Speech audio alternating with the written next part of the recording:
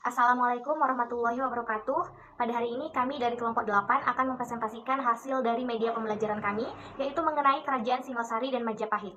Baiklah, untuk mempersingkat waktu, langsung saja kita mulai materi yang pertama, yaitu Kerajaan Singosari yang akan disampaikan oleh saya sendiri. Baiklah, mengenai Kerajaan Singosari, yang pertama yang akan kita bahas adalah Ken Angrok. Nah, Ken Angrok ini merupakan cikal bakal dari Wangsa Rajasa. Nah, pada masa akhir Kerajaan Kadiri di Tumapel, yang terletak di sebelah timur Gunung Kawi, merupakan sebuah daerah yang dipimpin atau dikuasai oleh seorang akuwu bernama Tunggul Ametung. Nah, jadi akuwu ini, kalau dalam bahasa kita itu pemimpin. Kalau saat ini mungkin kedudukannya setara dengan kepala daerah atau camat. Nah, jadi kemudian masa jabatan atau masa kepemimpinan Tunggul Ametung sebagai akuwu di Tumapel ini kemudian berakhir ketika Tunggul Ametung ini dibunuh oleh Ken Angrok. Nah, jadi kemudian sepeninggal Tunggul Ametung, Ken Angroklah yang menjadi akuwu di Tumapel. Nah, kemunculan Ken Angrok ini kemudian menjadi munculnya satu wangsa baru, yaitu disebut dengan Wangsa Rajasa atau Wangsa Girindra, yang dimana Wangsa Rajasa atau Wangsa Girindra ini adalah penguasa Kerajaan Singosari dan juga Kerajaan Majapahit. Nah, tidak ada sumber yang jelas yang menceritakan mengenai masa muda dan juga asal-usul Ken Angrok. Tapi satu-satunya sumber yang menceritakan mengenai masa muda dan juga asal-usulnya ini adalah Kitab Pararaton. Nah, jadi dalam Kitab Pararaton ini dijelaskan bahwa Ken Angrok ini merupakan penjelmaan kembali manusia yang semasa hidupnya berperilaku kurang baik. Namun karena dia mau dijadikan korban untuk dewa penjaga pintu, maka dia bisa kembali ke Wisnu Bawana. Nah, Ken Angrok ini dilahirkan di Desa Pangkur, tepatnya di sebelah timur Gunung Kawi. Ibunya bernama Ken Endok, ayahnya bernama Gajah Para yang merupakan seorang petani. Nah, jadi ketika Ken Endok ini hendak mengantarkan makanan kepada suaminya Gajah Para yang sedang bekerja di sawah, di tengah perjalanan dia dijumpai oleh Dewa Brahma. Nah, kemudian setelah itu dinyatakanlah kalau Ken Endok ini hamil. Nah, kemudian Dewa Brahma ini juga mengingatkan kepada Ken Endok untuk berhenti berhubungan dengan suaminya. Karena apa? Karena Ken Endok ini sedang mengandung anak yang kelak akan menjadi pemimpin Pulau Jawa yang bernama Ken Angrok. Nah, belum 5 hari dari kejadian itu, suaminya Gajah Para ini kemudian meninggal dunia. Lalu beberapa bulan kemudian tibalah saatnya Ken Angrok lahirlah Ken Angrok, dan kemudian Ken Angrok ini dibuang oleh ibunya ke perkuburan atau ke kuburan. Tapi uniknya, bayi Ken Angrok ini memancarkan cahaya. Jadi ketika malam hari, ketika itu bertepatan ada seorang pencuri yang lewat kuburan itu, pencurinya ini namanya Lembong. Dia tertarik perhatiannya karena ada sebuah cahaya di atas kuburan. Kemudian didekati, ternyata itu adalah seorang bayi. Kemudian bayi itu dibawa pulang dan diangkatlah Ken Angrok ini menjadi anaknya. Nah, kemudian dalam Kitab Pararaton ini juga dijelaskan bagaimana kenakalan-kenakalan Ken Angrok semasa mudanya. Di mana Ken Angrok ini ketika sudah dewasa, dia adalah seorang pengembara sekaligus juga menjadi seorang pencuri, perampok, pembunuh, bahkan juga pemerkosa. Nah, jadi dari kejahatan-kejahatan Ken Angrok itu menimbulkan kemarahan dari warga atau masyarakat yang ada di Tumapel. Tidak hanya masyarakat, tapi raja juga sudah turun tangan dengan menyuruh prajuritnya untuk membunuh Ken Angrok ini. Tapi beruntungnya ketika pengejaran, selalu saja Ken Angrok ini berhasil menyelamatkan diri. Nah, kemudian juga diceritakan bahwa suatu hari ada seorang Brahmana namanya Dahyang Lohgawe. Jadi Dahyang Lohgawe ini datang jauh-jauh ke Jawa memang hanya untuk mencari Ken Angrok. Kemudian diakuilah Ken Angrok ini sebagai anaknya. Nah, kemudian berkat dari perantara Dahyang Lohgawe ini, Ken Angrok itu bisa diterima mengabdi kepada Tunggul Ametung di Tumapel. Nah, ketika Ken Angrok ini mengabdi kepada Tunggul Ametung, ketika itu dia tertarik dengan istri dari Tunggul Ametung. Istri Tunggul Ametung itu namanya Ken Dedes. Kemudian pada suatu malam direncanakanlah pembunuhan. Kemudian pada saat itu ketika malam hari dibunuhlah Tunggul Ametung oleh Ken Angrok dengan sebilah keris. Nah, kemudian sepeninggal Tunggul Ametung, naiklah Ken Angrok ini sebagai akuwu baru di Tumapel, sekaligus dia juga memperistri Ken Dedes. Nah, kemudian setelah beberapa lama Ken Angrok ini memerintah atau memimpin di Tumapel, Ken Angrok ini didatangi oleh sekelompok Brahmana, yang dimana para Brahmana ini meminta pertolongan atas tindakan dari Raja Daha. Nah, kemudian para Brahmana itu kemudian menobatkan Ken Angrok sebagai Raja Tumapel. Nah, setelah dinobatkan sebagai Raja Tumapel, kemudian direncanakanlah sebuah penyerangan ke Daha, yang dimana dalam penyerangan itu Ken Angrok beserta pasukannya berhasil mengalahkan Dang Gendis dan juga pasukannya. Dan kemudian secara otomatis maka Ken Angrok diangkat menjadi Maharaja Tumapel, dan penyerangan itu terjadi pada tahun 1144 Saka. Nah, kemudian dijelaskan pada tahun 1169 Ken Angrok ini terbunuh atau dibunuh oleh orang suruhan dari Anusapati. Jadi Anusapati ini adalah anak tiri dari Ken Angrok. Nah, ketika terbunuh itu posisinya Ken Angrok itu sedang makan di waktu senja. Nah, kemudian jasadnya Ken Angrok ini dicandikan di Kagenengan. Nah, sampai saat ini kita tidak mengetahui prasasti apa yang dikeluarkan oleh Ken Angrok, tapi hingga saat ini ada 4 prasasti yang diketahui menceritakan mengenai kesejarahan tokoh Ken Angrok ini, yaitu diantaranya adalah Candi Balawi, Candi Maribong, Candi Malumularang, dan juga Candi Kusmala. Nah, adapun anak dari Ken Angrok ini yaitu berjumlah 4 orang dari pernikahan yang pertama, pernikahannya dengan Ken Dedes, kemudian pada pernikahannya yang kedua dengan Ken Umang, dia juga dikaruniai 4 orang anak. Tapi diketahui dari 8 orang anak ini hanya 1 orang lah yang menjadi penerusnya, menjadi penguasa Tumapel. Kemudian yang kedua itu adalah Anusapati dan Tohjaya. Jadi dalam kitab Pararaton ini bisa diketahui bahwa Anusapati itu merupakan anak tiri dari Ken Angrok dan anak kandung dari Tunggul Amatung dan Ken Dedes. Jadi ketika Ken Angrok ini menikahi Ken Dedes, pada saat itu kondisinya Ken Dedes sedang hamil anak dari Tunggul Amatung. Jadi anaknya ini adalah Anusapati. Kemudian setelah dewasa, barulah Anusapati ini tahu kalau ternyata Ken Angrok ini bukanlah ayah kandungnya, tetapi ayah kandungnya itu adalah Tunggul Amatung yang sudah dibunuh oleh Ken Angrok. Nah, mengetahui kematian ayahnya ini tadi, Anusapati itu marah dan kemudian muncullah rasa ingin membalas kematian ayahnya. Jadi pada suatu hari direncanakanlah pembunuhan dengan cara menyuruh orang. Jadi Anusapati ini menyuruh orang untuk membunuh Ken Angrok. Jadi setelah Ken Angrok ini meninggal, yang menggantikan kedudukannya itu adalah Anusapati. Jadi Anusapati ini menjadi Aku Tumapel itu selama kurang lebih 21 tahun. Nah, kemudian beberapa saat kemudian setelah beberapa lama ternyata Tohjaya ini mengetahui kalau ternyata yang membunuh ayahnya itu adalah Anusapati. Nah, Tohjaya ini adalah anak dari Ken Angrok dengan Ken Umang. Jadi namanya Panji Tohjaya atau lebih dikenal dengan Tohjaya. Jadi setelah Tohjaya tahu kalau Ken Angrok ini, kalau ayahnya ini ternyata dibunuh oleh Anusapati, muncullah rasa ingin balas dendam dan juga ingin membalas kematian ayahnya. Kemudian Anusapati ini terbunuh ketika sedang menyambung ayam dengan Tohjaya. Nah, kemudian diketahui juga setelah kematian Anusapati, naiklah Tohjaya ini sebagai Aku Baru Tumapel yang memerintah tidak lama. Dia hanya memerintah beberapa bulan dalam tahun 1248 Masehi.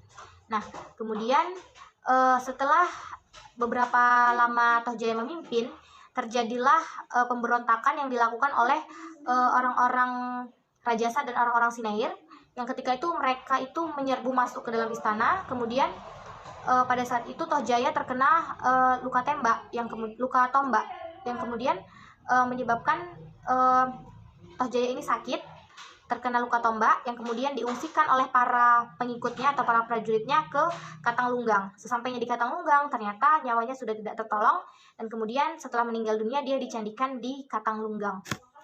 Kemudian yang ketiga itu Wisnuwardana. Nah, setelah Tohjaya ini meninggal dunia, kemudian Ranggawuni dinobatkanlah sebagai raja baru di Tumapel yang bergelar Sri Jaya Wisnuwardana. Nah, ketika memerintah ini, Wisnuwardana ini didampingi oleh Mahisa Cempaka yang bergelar sebagai Ratu Angabaya. Nah, kemudian diketahui juga Wisnuwardana ini mengeluarkan beberapa prasasti, diantaranya yaitu prasasti Mula Malurung, prasasti Maribong, dan juga prasasti tembaga dari desa Pakis. Nah, kemudian diketahui pada tahun 1268 Masehi, Wisnuwardana ini meninggal dunia dan kemudian dicandikan di Waleri dengan perwujudan Arca Siwa dan juga di Jalagu dengan perwujudan Arca Buddha. Nah, kemudian yang keempat atau yang terakhir itu adalah Kartanegara yang merupakan wilayah perluasan Cakrawala Mandala. Nah, sebelum ayahnya meninggal atau sebelum menggantikan ayahnya, Raja Kartanegara ini sudah terlebih dahulu dinobatkan sebagai raja. Namun ketika ayahnya masih hidup, Raja Kartanegara ini memerintah masih di bawah bimbingan ayahnya. Jadi belum sepenuhnya kerajaan itu di bawah kepemimpinannya, tapi masih dibimbing oleh ayahnya. Nah, kemudian setelah ayahnya meninggal, barulah Raja Kartanegara ini memerintah sepenuhnya. Nah, ketika menjadi raja, Kartanegara ini diketahui sangat baik dalam bidang politik maupun dalam bidang keagamaan. Nah, dalam bidang politik, Raja Kartanegara ini diketahui berhasil dalam perluasan Cakrawala Mandala. Kemudian dalam bidang keagamaan diketahui Raja Kartanegara ini menganut agama Buddha Tantrayana.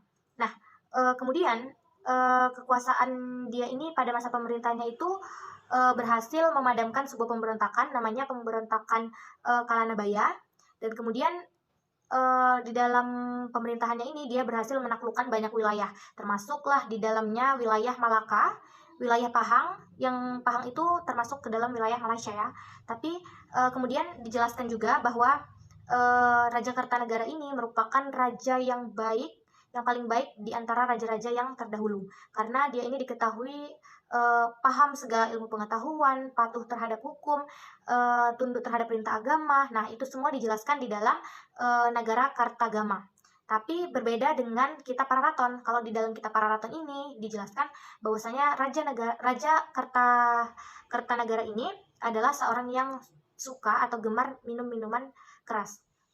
Nah, kemudian diketahui Raja Kartanegara ini meninggal bersama para Brahmana saat sedang melakukan upacara keagamaan. Meninggalnya itu pada tahun 1292 Masehi. Dan kemudian seluruh kerajaan Singosari ini jatuh ke tangan Jayakatwang. Dan kemudian setelah Raja Kartanegara ini meninggal, dia dicandikan di Singosari dengan 3 perwujudan arca, yaitu diantaranya arca Trikaya, Ardanari, dan juga Jina dalam bentuk aksobia.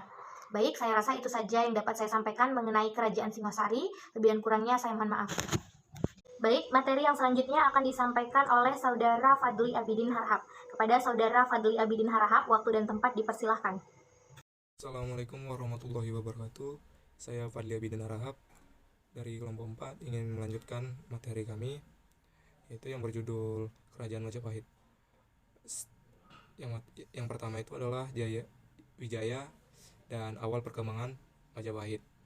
Setelah Kartanegara gugur, Singosari berada di bawah kekuasaan Raja Kadiri, dan salah satu keturunan dari penguasa Singosari adalah Wijaya. Menurut genealoginya, Wijaya masih keponakan dari Raja Kartanegara. Prasasti yang menjadi saksi perjuangan Wijaya untuk membentuk Kerajaan Majapahit adalah Prasasti Kudadu. Prasasti ini pun menceritakan awal dari segalanya untuk Wijaya, di mana peperangan terjadi diceritakan di prasasti ini, baik itu di desa Kapulungan, di desa Rabut Carat, dan di desa Kedong Peluk, di mana di peperangan di semua desa itu Wijaya memenangkan peperangan tersebut. Setelah kemenangan di 3 desa tersebut, Wijaya dan pasukannya lari ke arah utara, menyeberangi sungai yang hendak mengungsi ke Kembang Seri, dan bertemu musuh juga. Dan di sana dia dikejar dengan pasukannya yang tersisa. Di mana di sana pasukannya itu banyak yang mati ditombak dan tenggelam. Tersisa hanya 12 pasukan yang bisa melindungi Wijaya, dan waktu fajar tiba, lepas beristirahat, akhirnya mereka ditunjukkan jalan sampai batas daerah Perdikan Rembang. Wijaya bermaksud hendak mengungsi ke Madura. Prasasti lain yang menyinggung kisah pelarian Wijaya tetapi cukup singkat adalah prasasti Sukamta. Di sini juga Wijaya dinobatkan menjadi raja Kerajaan Majapahit, dan awal mulanya terbentuk Kerajaan Majapahit. Di prasasti ini menceritakan Wijaya menyeberangi lautan, dan tentulah yang dimana di situ maksudnya berpergian ke Madura. dalam prasasti Kudadu tersebut. Di sana ia diterima Arya Wiraraja yang kemudian mengusahakan agar Wijaya dapat diterima menyerahkan diri kepada Jayakatwang. Pada awal 1263, bertepatan dengan selesainya persiapan untuk menyerang kerajaan Kadiri, datanglah bala tentara Kubilakan yang sebenarnya dikirimkan untuk menyerang Singosari, yang menyambut tantangan Raja Kartanegara yang telah menganiaya utusannya.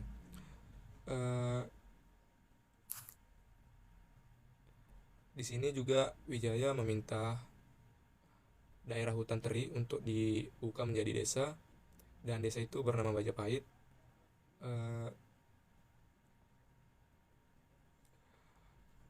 Kedatangan pasukan Cina tersebut itu terdengar oleh Wijaya, dan di sana ia mengirim pesan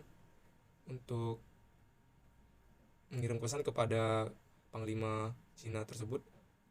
Isi pesan itu adalah bahwasannya saya bersedia tunduk kepada Panglima pasukan Cina untuk menggempur Daha, dan penyerahan Wijaya itu diterima dengan senang hati oleh Panglima Cina tersebut.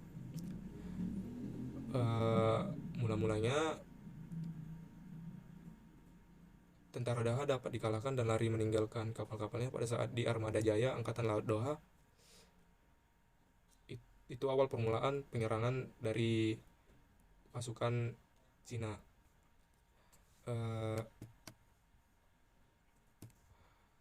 Bulan ketiga barulah Cina dan pasukan Wijaya menyerang Daha, di mana pasukan Cina menyerbu dari pukul 6 pagi sampai pukul siang. Akhirnya pasukan Jayakatwang mundur masuk ke dalam kota dengan meninggalkan 5.000 pasukan yang gugur.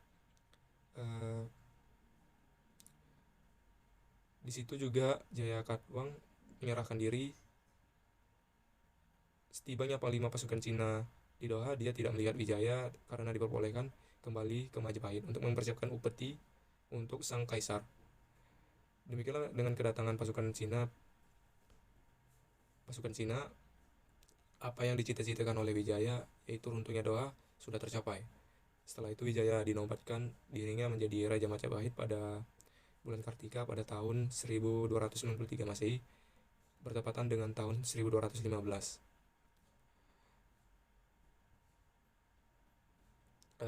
Wijaya meninggal dalam tahun 1309 Masehi.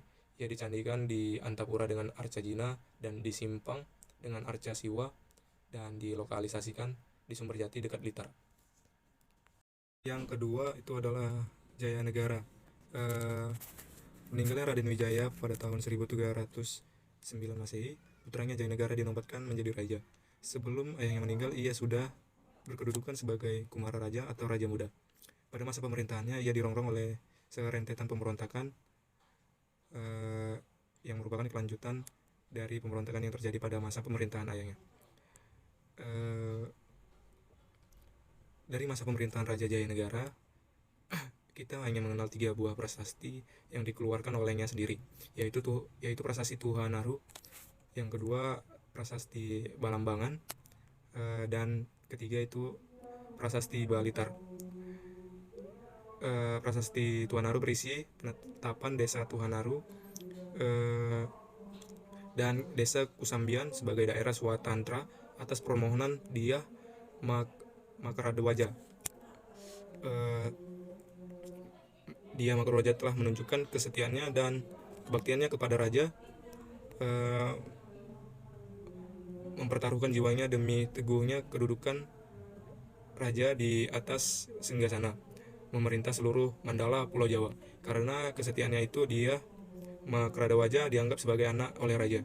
Prasasti yang kedua yang hanya tinggal 1 lempeng memperingati penetapan daerah Balambangan sebagai daerah perdikan, karena para rama daerah Balambangan telah menunjukkan kebaktiannya kepada raja dan membantu tegaknya kedudukan raja di atas singgasana, menghancurkan kejahatan di dunia dan menghapuskan zaman Kali Yuga. Prasasti ini dikeluarkan sehubungan dengan selesainya penumpasan pemberontakan Nambi. Prasasti yang terakhir itu ya prasasti Balitar yang dipadatkan pada batu dan ditemukan di daerah Blitar. prasasti ini sudah sangat usang sehingga sulit dibaca. Angka tahunnya adalah 1246 Saka. Atau yang ketiga itu Tribuwano Tunggadewi Jaya Wisnuwardani. Raja Jayanegara tidak berputra, sepeninggalannya pada tahun 1328 Masehi. Ia digantikan oleh adik perempuannya, yaitu Bre Kahuripan. Ia dinobati menjadi Raja Majapahit dengan nama gelar Abhiseka Tribuwano Tunggadewi Jaya Wisnuwardani. Dari kakawin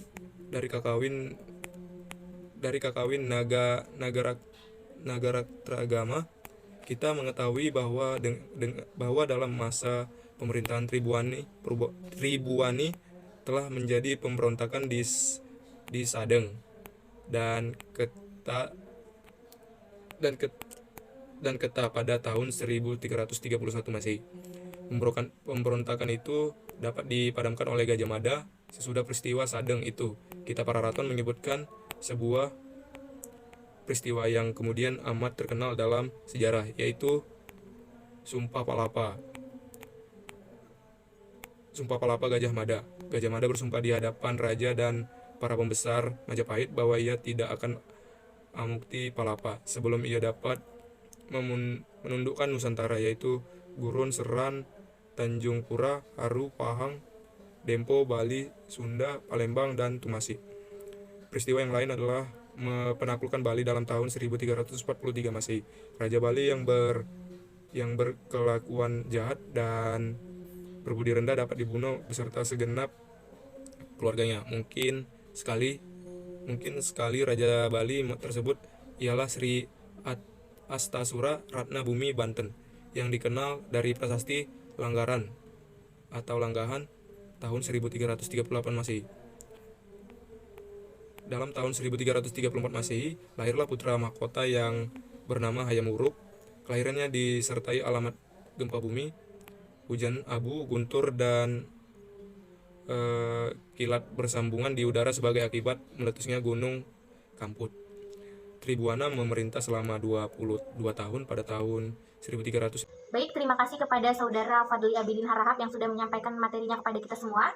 Selanjutnya, materi yang ketiga akan disampaikan oleh Saudari Dea Ayu Pitaloka. Kepada Saudari Dea Ayu Pitaloka, waktu dan tempat dipersilahkan. Baiklah, di sini saya akan membahas tentang puncak kebesaran Kerajaan Majapahit. Pada tahun 1350 Masehi, putra mahkota Hayam Wuruk dinobatkan menjadi Raja Majapahit. Ia bergelar Sri Raja Senegara dan dikenal dengan nama Brahyang Wekasing Suka. Ketika ibunya Tribuana Tunggadewi masih memerintah, Hayam Wuruk sudah dinobatkan menjadi Raja Muda dan mendapatkan daerah Jiwana. Nah, Raja Hayam Wuruk menjalankan tugasnya dibantu oleh Gajah Mada yang menduduki jabatan Patih Hamengkubumi.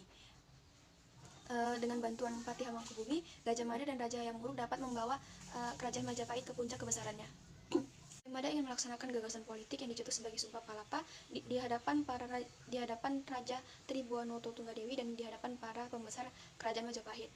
Lalu politik Nusantara itu berakhir pada tahun 1357 Masehi dengan terjadinya peristiwa di Bubat, yaitu perang antara orang Sunda dan orang Majapahit.